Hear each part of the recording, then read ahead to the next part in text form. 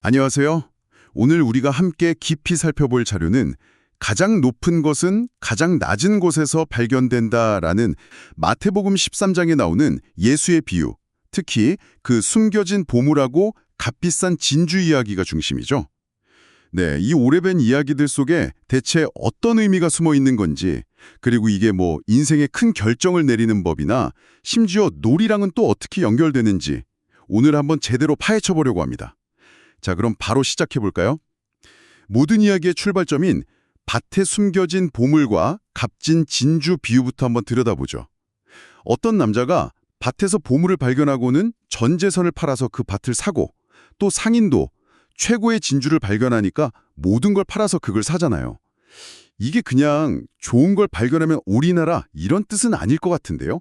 그렇죠. 표면적으로는 딱 그렇게 보이기 쉬운데 영상 기록은 한 단계 더 깊이 들어가요. 여기서 핵심은 여러 개의 작은 보물들을 모으는 게 아니고요. 그 모든 작은 보물들을 그냥 압도해버리는 단 하나의 궁극적인 보물을 발견한다는 거거든요. 심지어 표현이 재밌는데 이건 그냥 비싼 물건이 아니라 모든 보물을 만들어내는 보물이라고 해요. 모든 보물을 만들어내는 보물이요? 와, 그건 좀 너무 추상적으로 들리는데요? 약간 뜬구름 잡는 소리 같기도 하고요. 이게 구체적으로 뭘 의미하는 걸까요? 손에 잡히는 뭔가가 있어야 할 것 같은데? 좋은 지적이에요. 그래서 기록이 바로 하늘의 보물을 쌓으라는 구절이랑 이걸 연결하는 겁니다. 여기서 말하는 보물이 무슨 금괴 같은 게 아니에요. 오히려 하나의 행동 원칙에 가깝죠. 바로 생산적이고 상호적인 관대함을 실천하는 방식입니다. 내가 가진 걸 나눔으로써 더 큰 가치를 만들고 이게 선순환을 일으키는 거죠. 사회 구성원 모두가 이런 방식으로 행동한다면 사회 전체가 더 부유해지고 안정되지 않겠어요? 그게 바로 하늘에 쌓는 보물의 실체라는 거예요. 아, 그러니까 그 궁극의 보물이란 건 어떻게 살아야 하는가에 대한 해답 같은 거군요. 가장 효과적으로 그리고 가장 도덕적으로 사는 방법 그 자체. 영장에서 최악의 용이 가장 위대한 보물을 지키고 있다는 비유도 나오던데 그것도 같은 맥락이겠네요. 정확합니다. 가장 어려운 문제에 정면으로 부딪혀야 진짜 답을 찾을 수 있다는. 맞습니다. 그래서 키르케고르의 아이디어도 등장해요. 성인은 삶이 단 한 가지에 관한 사람이다. 여러 가치들 사이에서 막 방황하는 게 아니라 모든 것을 하나로 꿰뚫는 단 하나의 초점을 찾은 사람이죠. 근데 여기서 중요한 건 그 한 가지가 어떤 고정된 목표가 아니라는 점이에요. 기록이 토마스 아퀴나스의 말을 인용하는데 이게 정말 인상 깊습니다. 천국에서 우리는 신이 얼마나 이해 불가능한 존재인지 비로소 알게 될 것이다. 와, 그건 좀 의외네요. 보통 천국에 가면 모든 걸 다 알게 된다고 생각하잖아요. 근데 오히려 얼마나 모르는지를 알게 된다고요? 그렇죠. 발견이 끝이 아니라 무한하고 즐거운 탐색의 시작이라는 뜻이에요. 값진 진주를 손에 넣는 순간 모든 게 끝나는 게 아니라 그 진주를 탐색하는 끝없는 여정 자체가 바로 천국이라는 거죠. 정적인 상태가 아니라 아주 역동적인 과정인 셈입니다. 하나의 가치를 위해 모든 걸 바친다는 게 정말 멋지게 들리면서도 한편으로는 약간 위험하거나 광신적으로 보일 수도 있잖아요. 자칫 잘못하면 모든 걸 잃을 수도 있는 거고요. 이게 현실에서 좀 건강하게 작동하는 예시가 있을까요? 바로 그 지점이 이 기록의 가장 흥미로운 부분 중 하나입니다. 아주 뜻밖의 예시를 들거든요. 바로 알코올 중독 치료입니다. 중독 치료요?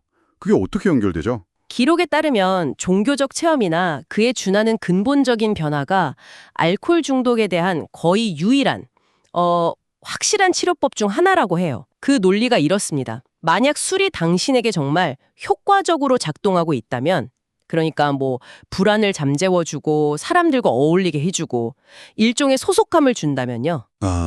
이건 단순한 의지력으로 끊을 수가 없다는 겁니다. 술은 그 사람에게 일종의 신 같은 역할을 하니까요. 기록에서는 이걸 디오니소스 신에 비유하죠. 그런 강력한 존재를 그냥 하지마라고 해서 이길 수는 없다. 네, 바로 그거죠. 아, 그러니까 더 나은 신을 찾아야 한다는 거군요. 기존의 욕구를 억누르는 게 아니라 그것보다 훨씬 더 크고 깊은 만족감을 주는 무언가로 대체해야만 한다는 말이네요. 맞습니다. 12단계 프로그램에서 더 높은 힘을 이야기하는 것도 비슷한 맥락이고요. 그렇군요. 그리고 이게 프랙탈 구조처럼 삶의 모든 차원에서 적용돼요. 거시적으로는 삶의 목적을 바꾸는 것이고, 미시적으로는 술이 마시고 싶을 때 그냥 참는 게 아니라 탄산수를 마시는 것과 같죠. 파괴적인 습관을 그냥 비워두는 게 아니라 건설적인 습관으로 그 자리를 채워넣는 겁니다. 듣고 보니 네이비실 대원이었던 조코 윌링크의 사례가 딱 떠오르네요. 영상에서도 언급됐죠. 그가 가진 공격성이나 충동성이 자칫하면 범죄로 이어질 수도 있었는데 군대에서 후배들을 멘토링하고 리더가 되는 과정에서 완전히 다른 차원의 기쁨과 의미를 찾았다고 하잖아요. 완벽한 예시입니다. 그는 그 기쁨이 다른 모든 충동을 압도하는 비교할 수 없이 더 나은 것이었다고 말했죠. 맞아요. 그의 공격성이 사라진 게 아니에요. 오히려 더 높은 목적 안에서 통합되고 건설적인 방향으로 쓰이게 된 거죠. 단순한 억제가 아니라 더 큰 목적 안으로의 통합. 이게 바로 값진 진주를 발견한 사람이 경험하는 변화의 본질입니다. 낮은 차원의 욕망들이 더 높은 가치에 봉사하게 되는 거죠. 알겠습니다. 더 나은 것으로 대체한다는 개념은 이제 이해가 돼요. 그런데 여전히 가장 큰 질문이 남아요. 그 진주가 정말 내 모든 것을 바칠 만큼 값진 것인지 그 밭을 사기 전에 어떻게 확신할 수 있죠? 모든 걸 팔았는데 막상 파보니까 그냥 돌멩이만 나오면 어떡해요? 이건 정말 큰 도박이잖아요. 바로 그게 이 비유의 핵심적인 딜레마입니다. 그리고 기록은 이 문제를 풀기 위해 변화적 경험이라는 철학적 개념을 가져옵니다. 철학자 L.A. 폴의 사고 실험이 아주 재미있는데요. 만약 당신 친구들이 뱀파이어가 되는 게 정말 환상적이라면서 당신도 뱀파이어로 만들어주겠다고 제안한다고 상상해 보세요. 과학적으로도 안전하고 영생을 얻을 수 있다는 증거도 확실해요. 당신은 그 제안을 받아들이겠어요? 와, 그건 모르겠는데요? 결정할 수가 없죠. 뱀파이어가 되면 밤에 활동하고 피를 마신다는 사실 정보, 그런 명제적 지식은 알 수 있겠죠? 하지만 뱀파이어가 되는 게 어떤 느낌일지, 세상이 어떻게 보일지, 내가 어떤 존재로 변할지에 대한 관점적 지식은 전혀 없으니까요. 바로 그겁니다. 결정하기 전에 나랑 결정한 후에 나는 완전히 다른 존재일 텐데 지금의 내가 미래의 나를 위해서 어떻게 결정을 내려요? 정확해요. 결혼이나 출산 같은 인생의 중대한 결정들도 모두 이런 변화적 경험이죠. 비용 편익 분석을 하거나 논리적으로 추론해서 답을 내릴 수가 없어요. 바로 이 지점에서 믿음의 도약이 필요해지는 겁니다. 당신이 결정을 내리는데 정말로 필요한 가장 중요한 지식은 역설적이게도 결정을 내린 이후에만 얻을 수 있으니까요. 그럼 이건 완전히 막다른 길이네요.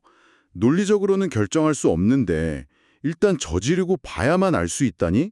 대체 어떻게 그런 결정을 내릴 용기를 낼 수 있게 됐어요? 이건 그냥 눈 감고 절벽에서 뛰어내리라는 말처럼 들리는데요. 그렇죠. 그래서 기록은 아주 의외의 곳에서 해답의 실마리를 찾습니다. 바로 아이들에게서요. 아이들은 뭘 하죠? 놀이를 하죠. 네, 놀이를 합니다. 놀이요? 이 심각한 실존적 딜레마에 대한 답이 놀이라니. 좀 뜻밖인데요? 아이들을 한번 생각해 보세요. 아이들은 엄마, 아빠, 의사, 영웅, 악당이 되어보는 놀이를 하잖아요. 그게 뭘까요? 그냥 시간을 때우는 게 아닙니다. 그들은 만약 내가 다른 존재가 된다면 어떤 느낌일까를 안전한 공간에서 실험하고 있는 거예요. 아, 새로운 관점과 정체성을 미리 맛보는 거죠. 그 과정에서 두려움 없이 인식의 변화를 탐색합니다. 어쩌면 이 비유들이 우리 어른들에게도 똑같은 걸 해보려고 초대하는 건지도 모릅니다. 그러니까 아이들의 놀이가 그냥 시간을 보내는 게 아니라 내가 다른 존재가 되면 어떨까를 안전하게 탐색하는 방법이라는 거군요. 생각해보니 어른들에게도 그런 게 필요할 것 같네요. 진지한 결정을 내리기 전에 그 결정이 가져올 변화를 미리 겪어볼 수 있는 일종의 시뮬레이션 같은 거요. 하위징하는 놀이가 단순히 여가 활동이 아니라 인간 문명의 가장 근원적인 행위라고 주장해요. 그리고 심지어 가장 우스꽝스러워 보이는 놀이가 가장 심오한 진지함을 담을 수 있다고 말하죠. 기록에서 든 예시가 정말 기가 막힙니다. 바로 영국 법정에서 판사가 쓰는 하얀 가발이에요. 그 가발이요? 그거 정말 우스꽝스럽고 시대에 뒤떨어져 보이잖아요. 그런데 그게 왜 중요한 거죠? 그 우스꽝스러운 가발을 쓰는 순간 그 공간은 더 이상 일상적인 공간이 아니게 됩니다. 거기는 진실과 거짓, 정의가 판가름 나는 아주 특별하고 진지한 놀이의 장이 되는 거죠. 그 가발은 여기서는 평소와 다른 규칙이 적용된다는 강력한 신호입니다. 즉, 우스꽝스러움이 역설적으로 최고의 진지함을 만들어내는 상징이 되는 거예요. 그러고 보니 종교의식, 그러니까 그 전례에 또 그런 면이 있네요. 화려한 옷을 입고 정해진 대사를 읽고 특정한 행동을 반복하잖아요. 실용적인 관점에서 보면 완전히 쓸모없는 행동들이죠. 하위징하는 바로 그 전례를 가장 고상한 형태의 놀이라고 불렀습니다. 왜냐하면 실용적인 목적이 없기 때문에, 즉 쓸모없기 때문에 역설적으로 가장 높은 가치를 지닌다는 겁니다. 그 모든 의식들은 참여자들을 변화시키기 위해 설계된 아주 정교한 논리적 재현이에요. 의식에 참여하기 전에 나와 끝난 후에 나는 다른 사람이 되어 나오도록 고안된 장치인 셈이죠. 그렇다면 이 비유들도 이렇게 살아라라는 딱딱한 명령이 아니라 이런 삶을 한번 살아보는 놀이를 해보는 건 어때? 라는 일종의 초대장으로 볼 수 있겠네요. 십자가를 한번 짊어져보고 어떤 느낌인지 시험해보라는 식의 강요가 아닌 권유처럼요. 맞습니다. 그리고 가장 심오한 놀이는 가장 진지한 것들을 가지고 노는 것이라고 하죠. 위대한 문학 작품들은 죽음, 사랑, 배신, 악의 같은 무거운 주제들을 가지고 놀이를 하잖아요. 기록은 한 걸음 더 나아가 예수의 순환과 죽음마저도 죽음과 악의를 상대로 벌이는 궁극의 놀이로 묘사합니다. 바로 이런 진지한 놀이를 통해서만 우리는 존재의 가장 깊은 측면과 씨름하고 그것을 이해할 수 있게 된다는 거죠. 와, 하이징하는 이런 진지한 놀이 정신을 회복하는 것이 현대 사회의 억압적인 기술 관료주의에 대한 해독제가 될 수 있다고까지 봤습니다. 정말 놀랍네요. 밭에 숨겨진 보물이라는 단순한 비유에서 시작해서 중독의 심리, 뱀파이어가 되는 문제, 그리고 판사의 가발까지 전혀 상관없어 보이는 것들이 결국 하나의 이야기로 연결되는군요. 자, 이 모든 것이 지금 이 대화를 듣고 있는 당신에게는 어떤 의미일까요? 오늘 우리는 꽤 깊은 여정을 함께 했습니다. 모든 것을 관통하는 하나의 아이디어가 있다면 바로 이것일 겁니다. 삶의 가장 깊은 의미, 즉 당신의 값진 진주는 단순한 계산이나 논리적 분석, 명제적 지식만으로는 찾을 수 없다는 것.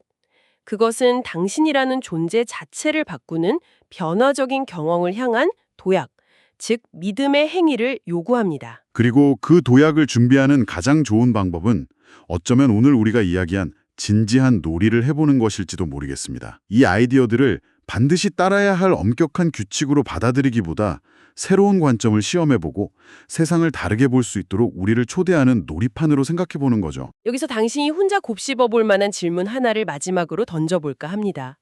기록에서 놀이는 법정이나 교회처럼 현실과는 다른 규칙이 적용되는 특별한 공간을 만들어낸다고 했습니다.